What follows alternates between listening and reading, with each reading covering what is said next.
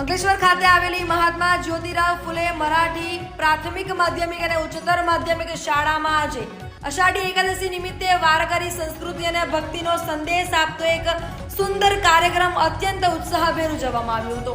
હિન્દુ ધર્મમાં અષાઢ શુક્લ એકાદશીને દેવાશયની એકાદશી તરીકે પણ ઓળખવામાં આવે છે, જે દિવસથી ભગવાન વિષ્ણુ યોગ નિદ્રામાં જાય છે અને ચતુર્માસનો પ્રારંભ થાય છે.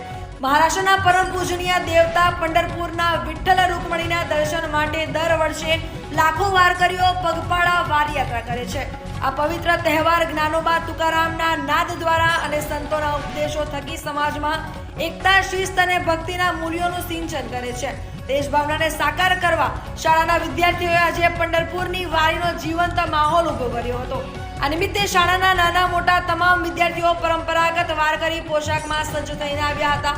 માથા પર વારકરી ટોપી, ગળામાં તુલસીની માળા અને હાથમાં મંજીરા ધારણ કરીને આવેલા બાળકોના ચહેરા પર અનોખો ભક્તિભાવ છલકાતો હતો. સમગ્ર કાર્યક્રમને પ્રારંભ ભગવાન વિઠ્ઠલની પ્રતિમાના પૂજન અર્ચન અને વિઠ્ઠલ વિઠ્ઠલ જય હરિ વિઠ્ઠલના સમૂહ સ્ત્રોત ગાન સાથે કરવામાં આવ્યો હતો. ત્યારબાદ શાળાના પરિસરમાં તાલ અને મૃદંગના મધુર નાદ સાથે વિદ્યાર્થીઓએ ભવ્ય વારકરી દિંડી રજૂ કરી હતી. કાર્યક્રમ દરમિયાન વિદ્યાર્થીઓએ દ્વારા સંત જ્ઞાનેશ્વર અને સંત તુકારામ મહારાજ સ્થિત ભવવાહી અભંગો અને ભજનોનું ગાન કરવામાં આવ્યું હતું, જેણે સમગ્ર વાતાવરણને ભક્તિમય બનાવી દીધું હતું.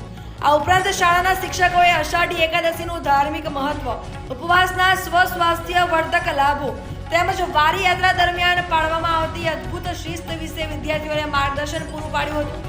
વિદ્યાર્થીઓએ પણ પંઢરપુર વારી અને ચંદ્રભાગા નદીના સ્નાન પર આધારિત મનોહર ચિત્રો અને પોસ્ટર્સ બનાવીને પ્રદર્શન યોજ્યું હતું. શાળાના આચાર્ય શ્રી મધુકર ખેડેકર સરે આ પ્રસંગે જણાવ્યું હતું કે આવા સાંસ્કૃતિક અને ધાર્મિક તહેવારોની ઉજવણી પાછળનો મુખ્ય ઉદ્દેશ્ય નવી પેઢીના વિદ્યાર્થીઓમાં આપણી સમૃદ્ધ સંસ્કૃતિ, સંત પરંપરા અને સૌ માટે પ્રેમ તથા સમાનતાના સંસ્કારોનું સિંચન કરવાનો છે. કાર્યક્રમના અંતે ઉપસ્થિત તમામ વિદ્યાર્થીઓ અને શિક્ષકોને પવિત્ર પ્રસાદનું વિતરણ કરવામાં આવ્યું હતું. રામકૃષ્ણ હરિના જયઘોષ સાથે અંકલેશ્વરની આ શાળામાં અષાઢી એકાદશીનો ઉત્સવ ભક્તિ, શિસ્ત અને સંસ્કારના સુંદર સંગમ સાથે સંપન્ન થયો હતો.